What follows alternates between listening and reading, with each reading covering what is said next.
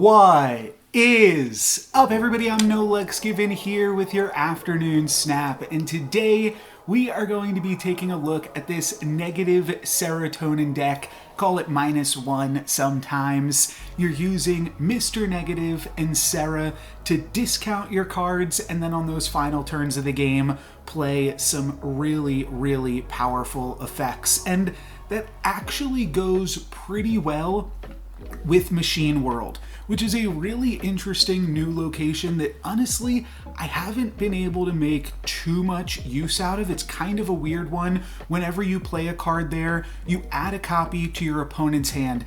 Basically what winds up happening is you just treat the location like Jotunheim or something and don't play cards there until pretty late in the game, so that way you don't give your opponents too big of an advantage playing anything too powerful. My opponent is actually going to play there, playing a Psylocke and potentially giving us that. But one thing that I think is cool about Machineworld is you can play cards that are hyper specific for your deck. Mr. Negative is really good for our deck, but it might not actually do anything for my opponent. So I felt like that was a good card to toss into the Machineworld. Maybe my opponent won't be able to make use of it. Maybe they actually will, as Psylocke and Iron Man also tend to be Mr. Negative cards. So they might actually be playing a Mr. Negative deck themselves, though not having Mr. Negative on turn 4 certainly makes it a whole lot less useful. And then the other thing that works well with Machineworld in this deck is you can kind of throw cards there later in the game and your opponent won't be able to make use of them. Like, we can actually play Psylocke there this turn, and then even though my opponent will get it back, if they play it next turn, they won't be able to make use of that extra energy because there's no turn 7.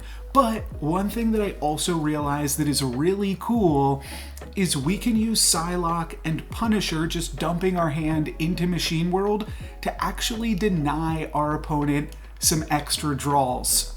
If we take a look, my opponent has 6 cards in hand right now, so even if they play a card, go down to 5, we're going to give them 2 more and fill up their hand so they won't be able to draw a card next turn, because you can only hold 7 cards in Marvel Snap, and beyond that you just don't draw for the turn. So that was kind of a cheeky maneuver there, and then we also wind up drawing really well. We draw Mystique and Iron Man, both flipped with Mr. Negative, which are probably the 2 best cards in the deck that you can flip with Mr. Negative. So we are going to be able to dump a bunch of power on this final turn, and we're even going to play probably the best card in the game, a flipped Iron Man, into Machineworld, but it doesn't matter because we're playing it on the last turn, like I said, so my opponent won't be able to actually utilize this Iron Man. And we're actually playing enough cards that we're going to have 19 power in Monster Island as well, so this is going to be really tough for my opponent to win. I'm going to go ahead and snap here, feeling pretty good about our chances,